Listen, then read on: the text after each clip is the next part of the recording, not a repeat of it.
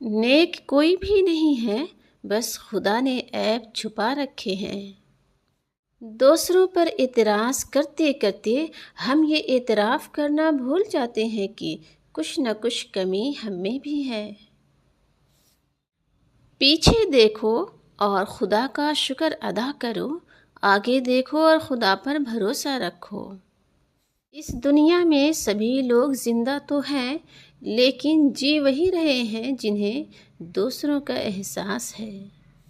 بیوی تمہارے اخلاق کی پہلی گواہ ہے، اگر وہ تم سے مطمئن ہے تو سمجھو تم واقعی اچھے انسان ہو۔ انسان خود اپنے لیے سب سے بہتر آئینہ ہوتا ہے، مگر وہ پھر بھی دوسروں کی تعریف پر خوش اور تنقید پر مایوس ہو جاتا ہے۔ وقت کسی کا ادھار نہیں رکھتا، جو دو گے وہ سود سمیت واپس ملے گا۔ یا اللہ تمام بیماروں کو شفائے کاملہ عطا فرما۔ عمر کے ساتھ اندازہ ہوا ہے کہ لوگ پسندیدہ چیزوں کے لیے وقت نکالتے ہیں اور ناپسندیدہ کے لیے بہانے بناتے ہیں۔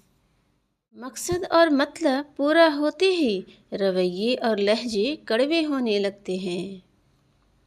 زندگی سنبھال کے گزارو، آج کی لغزشیں کل مٹی کے نیچے سوال بن کر کھڑی ہوں گی۔ تھکے ہوئے دل اور ریزہ ریزہ روح کے لیے اللہ ہی کافی ہے۔ تقدیر سے لڑنا چھوڑ کر تقدیر بنانے والے سے دوستی کر لو، بنا مانگے ہی سب کچھ مل جائے گا۔ زندگی میں اگر کچھ حاصل کرنا ہو تو محنت سے زیادہ دعا کی ضرورت ہوتی ہے۔ دنیا صرف حال پوچھتی ہے، فکر تو صرف والدین کیا کرتے ہیں۔ رسول اللہ صلی اللہ علیہ وسلم نے فرمایا، جو شخص استغفار کی پابندی کرے تو اللہ تعالیٰ اسے ہر غم سے نجات دیتا ہے، اس کے لیے ہر تنگی سے نکلنے کا راستہ بنا دیتا ہے اور اسے ایسی جگہ سے روزی دیتا ہے جہاں سے اس کو گمان نہیں ہوتا۔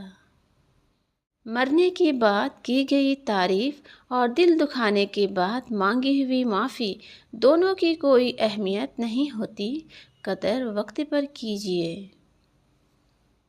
اپنی کہانی کے لکھنے والے پر بھروسہ رکھو، اگر وہ ایک باب میں آزمائش لکھتا ہے تو اگلے میں معجزے بھی لکھتا ہے۔ ناراضگی ظاہر کر دینا دل میں برائی رکھنے سے بہتر ہے۔ پسندیدہ شخص کے ساتھ سکون تو بہت ملتا ہے، لیکن وقت بہت تھوڑا ملتا ہے اور پھر اس تھوڑے سے وقت کا انتظار ہر پل ہوتا ہے۔ سب سے بہترین دعا وہ ہوتی ہے جس میں اللہ سے اللہ کو مانگا جائے۔ صبر کا دامن نہیں چھوڑنا، وقت بھی بدلے گا، حالات بھی بدلیں گے اور دعا بھی قبول ہوگی۔ ہمارے لہجے کی کڑواہٹ ہمیشہ ہماری اکڑ نہیں ہوتی، بلکہ ہماری زندگی میں برداشت کی ہوئی تلخیوں کا نتیجہ ہوتی ہے۔ حضرت علی رضی اللہ عنہ نے فرمایا، انسان کی تمام پریشانیاں دو باتوں کی وجہ سے ہیں، تقدیر سے زیادہ چاہتا ہے اور وقت سے پہلے چاہتا ہے۔ کسی کی اچھائی کا اتنا بھی فائدہ مت اٹھاؤ کہ وہ برا بننے کے لیے مجبور ہو جائے۔ برا ہمیشہ وہ بنتا ہے جو اچھا بن کر ٹوٹ جائے۔ قل هو اللہ احد، کسی سے نہ ڈرو، نہ جھکو، نہ مانگو۔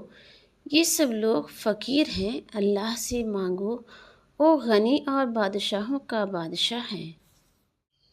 باب الریان روزے داروں کے لیے جنت میں داخل ہونے کا ایک مخصوص دروازہ ہے۔ نماز اکثر بے ذائقہ ہوتے ہیں، ادا کرنے والے کا لہجہ انہیں میٹھا یا کڑوا بنا دیتا ہے۔ لباس قیمتی ہو یا سستا، کردار کو نہیں چھپا سکتا۔ اپنے کردار کو اچھا کرو، ہر لباس میں اچھے لگو گے۔ کچھ رشتے ریت کی طرح ہوتے ہیں، جتنا مضبوطی سے پکڑو گے اتنی تیزی سے ہاتھ سے نکلتے ہیں۔